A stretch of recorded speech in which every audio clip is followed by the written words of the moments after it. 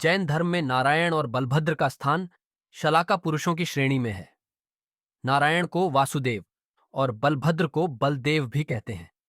इन्हें सर्वोच्च सृष्टिकर्ता देवता की तरह नहीं माना जाता, बल्कि ये महान पुरुष होते हैं जो प्रत्येक अर्धचक्र में जन्म लेकर धर्म की रक्षा करते हैं। हर अर्धचक्र में 9 नारायण, 9 बलभद्र और 9 प्रतिनारायण होते हैं। बलभद्र और नारायण सगे भाई होते हैं, जिनमें बलभद्र बड़े भाई होते हैं और अहिंसा, संयम तथा आदर्श जीवन के प्रतीक माने जाते हैं। दूसरी ओर नारायण का कर्तव्य अधर्म के प्रतीक प्रतिनारायण को परास्त करना होता है। दोनों ही अर्ध चक्रवर्ती होते हैं और 3 खंडों पर शासन करते हैं। नारायण के पास 7 महारत्न शक्ति, धनुष, गदा, चक्र, कृपाण, शंख और दंड होते हैं, जबकि बलभद्र के पास 4 रत्न मूसल, हल, रथ और रत्नावली होते हैं। जैन परंपरा के अनुसार नारायण और प्रतिनारायण का नियोग अत्यंत अद्भुत है।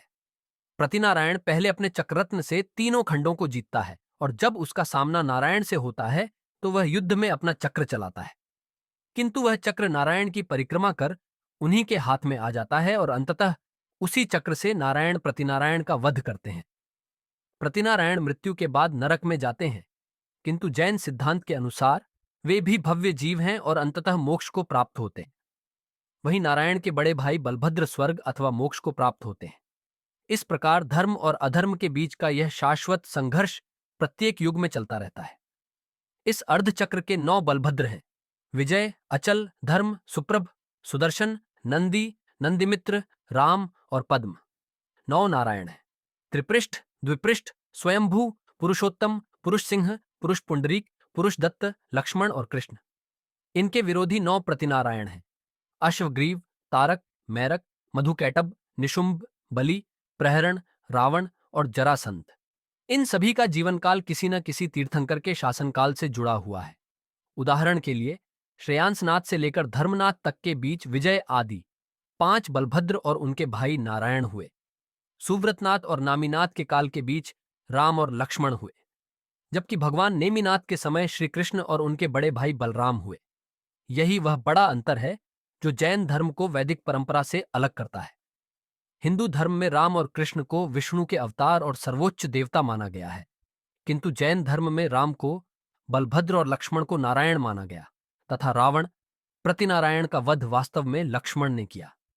इसी प्रकार भगवान नेमिनाथ के समय कृष्ण नारायण हुए और उनके बड़े भाई बलराम बलभद्र। इन दोनों भाइयों का संबंध केवल शक्ति और सत्ता का ही नहीं, बल्कि अटूट प्रेम का प्रतीक है।